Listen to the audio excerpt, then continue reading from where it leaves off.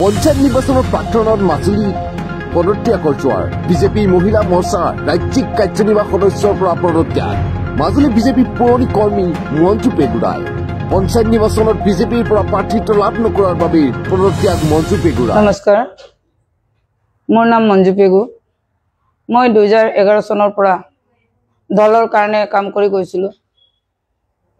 যে তেতিয়া চৰকাৰ নাছিলে, আমাৰ প্ৰাক্তন CM সৰ্বানন্দ ছাৰ অহা নাছিলে। 2014 চনত ছাৰে আহিছে। তাৰ আগৰ পৰা মই সংগঠনৰ কাৰণে কাম কৰি আছিলোঁ। দলৰ কাৰণে যথেষ্ট সময় দিলোঁ, কষ্ট কৰিলোঁ। যেতিয়া আকৌ নিৰ্বাচন আহে, মন্ত্ৰী বিধায়ক আহে, মুখ্যমন্ত্ৰী যেতিয়া আহে, তেতিয়া আমাক ইমান মানুহ গোটাই দিব লাগে বুলি কয়। বাইদেউ আজি মানুহ হ'বনে নাই? অসমৰ গোটেই মঞ্জু পেগু বুলি ক'লে প্ৰায় মানুহে চিনি পায়, মই গৌৰৱ কৰি নকওঁ।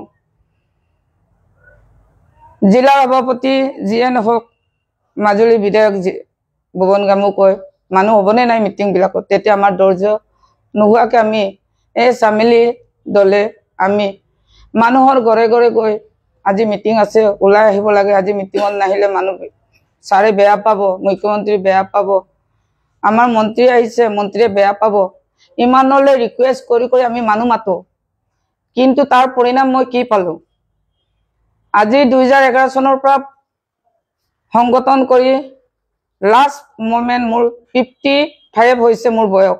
তেতিয়া মই লাষ্ট টাৰ্ণিং পইণ্ট ইহঁতক সুধিলোঁ। প্ৰথমে মই ক'লোঁ মোৰ দলৰ দায়িত্ব নিদিব, মাত্ৰ মই প্ৰতিনিধি হ'ম। দীপক গোস্বামীক কৈছোঁ, দীপক দা মোক দলৰ সাংগঠনিক দায়িত্ব নিদিব, মই সাংগঠনিক দায়িত্বত বহুত থাকিলোঁ, মাত্ৰ মোক প্ৰতিনিধি হোৱাৰ চান্স দিয়ক। লাষ্ট টাইম বহু ৰিকুৱেষ্ট কৰি MLA লগত বহিছোঁ, মই এতিয়া প্ৰতিনিধি হ'ম। এপ্লাই কৰিবলৈ ক'লে তেখেতে। জিলা উজনি 4 নং উজনি মাজুলী জিলা পৰিষদ সদস্যৰ কাৰণে মই কথা পাতিছিলোঁ। তেতিয়া তেখেতে ক'লে ঠিকে আছে, তুমি এবাৰ প্ৰতিনিধি হোৱা। ইতিমধ্যে মই কাগজ পত্ৰ চব ৰেডি কৰিলোঁ, বাকী নাই, মোক ছাবমিট কৰিবলৈ মোৰ বাকী আছিলে। অতি পৰিতাপৰ কথা, কালি ৰাতি গম পালোঁ মই যিটো চিটত বিচাৰিছিলোঁ এই চিটত ইতিমধ্যে গণক্তি দিছে বুলি গম পালোঁ। সেইকাৰণে মই হাবিকি হৈ পেলাই মই ইমান দিন দলৰ সাংগঠনিক কাম কৰিলোঁ, যেতিয়া মই এতিয়া নিজৰ ঘৰৰ কামত ব্যস্ত হ'ম বুলি মই এই সদস্য পদৰ পৰা মই বৰ্তমান মই যিটো দায়িত্বত আছোঁ, ৰাজ্যিক মহিলা মৰ্চাৰ এক্সিকিউটিভ মেম্বাৰ, এইটো কাৰণে এই পদৰ পৰাহে মই পদত্যাগ কৰিছোঁ। মই দলৰ পৰা পদত্যাগ কৰা নাই।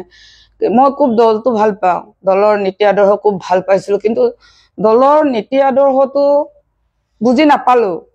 কষ্টৰ ফল খুব মিঠা, মিটিঙে মাতাঙে কয় ধৈৰ্য ধৰা, কিন্তু বহুত ধৈৰ্য ধৰিলোঁ, বয়স গৈ আছে। সেইকাৰণে প্ৰতিনিধি হ'বলৈ বিচাৰিছিলোঁ, নাপালোঁ।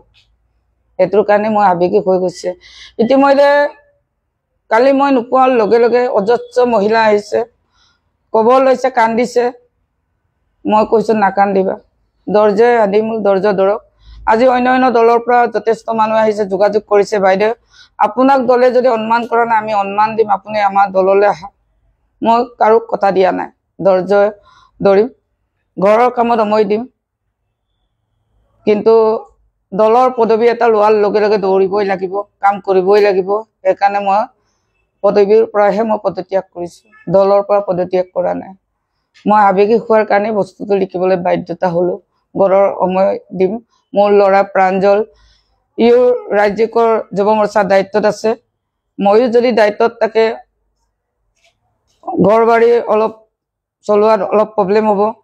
সেইকাৰণে নিজৰ বিজনেছ এটা, সৰু এটা বিজনেছ হোটেল এখন আছে, কাপোৰ দোকানৰ, এইটোৰ দায়িত্ব ল'ম বুলিয়ে মই পদটো পদত্যাগ কৰিছোঁ। দুখ লাগি পেলাই যথেষ্ট আৱেগিক হৈ গৈছোঁ।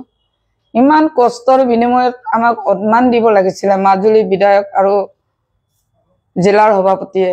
মোক ষ্টেটৰ পৰা অজস্ৰ মানুহে ফোন কৰিছে, বাইদেউ আপোনাৰ টিকট কম পাম, মাত্ৰ জিলা সভাপতি মাজুলী বিধায়কক ৰিকুৱেষ্ট কৰা আপোনাৰ চিটটো বচাই ৰাখা।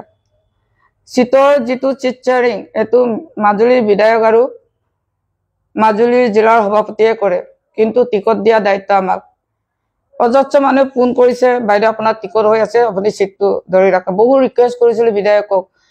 আজি যিমান নিৰ্বাচন হয়, উজনি যিটো জিলা পৰিষদ, আমাৰ উজনি মাজুলী জিলা পৰিষদটো গণশক্তি কণ্টিনিউ ইয়াতে দখল কৰি আছে। সেইকাৰণে এইবাৰ মই ৰিকুৱেষ্ট কৰিছোঁ নামনি মণ্ডলটো, নামনি জিলা পৰিষদটোকে ইহঁতক সমজাই দিওঁ, মোক এতিয়া বিমুখ নকৰিব। ইমানবিলাক ৰিকুৱেষ্ট কৰাৰ পিছত আজি মোক কোনো মৰম নকৰিলে, কামৰ বিনিময়ত মোক কোনো সহায় নকৰিলে।